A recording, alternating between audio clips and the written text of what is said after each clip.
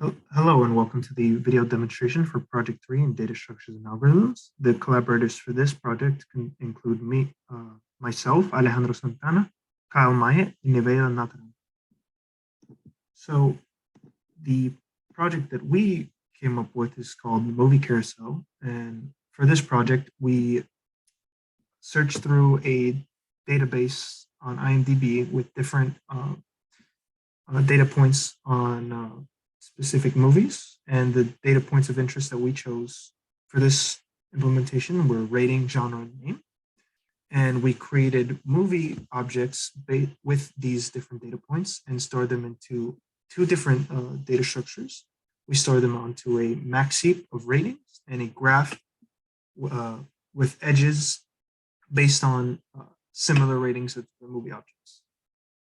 And the point of this project is to create a process that facilitates the choosing of a movie based on a user's preference.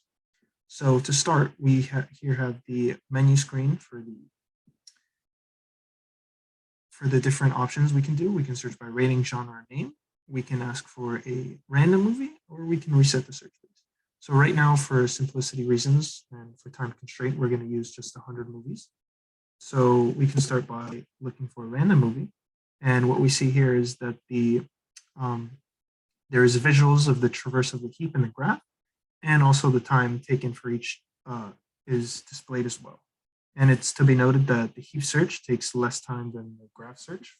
And this will be the case for all searches, given that the level traversal of a heap is O of n for all movies in the heap, and the complexity for a breadth first search in a adjacency list graph is O of v plus e, where v is the amount of edges, and v is the amount of vertices in the graph, and e is edges. So we can see here when we ask for a random movie, it gave us a movie selected, and it gives us the information on the title, genre, and rating. And it asks the user if we want this movie. We say no. And then we can run through it one more time to make sure that we are in fact getting a random movie. And as we can see here, a different movie is chosen. We can also search the search space for a specific title. So we can look for Gary, and the information of that movie pops up here. We can also decrease the search space. So let's say we want to search by genre, and we want to look for a documentary. Make sure I explain that right. The program gives us a list of movies that fall under documentary.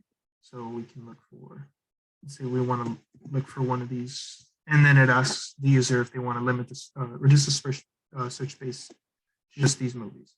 So as we can see, the search space is reduced, and then we can take a look at one of these movies here.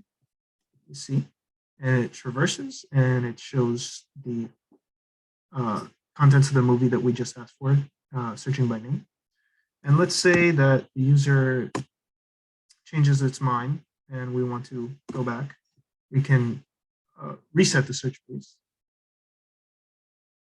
And we can reset our searching process. And then we can even search by rating. So if we search by rating, the users ask for an upper bound and lower bound. So let's say we want a movie between those two. And these movies are shown with rating between these two numbers. So then we can limit the search space to these. And then we can ask for a random movie. And this movie is selected, Dancing Darkies. And let's say the user is content with this movie that is selected by the program. We can say yes, and that is the movie selected. Yeah, that's our implementation, and thank you.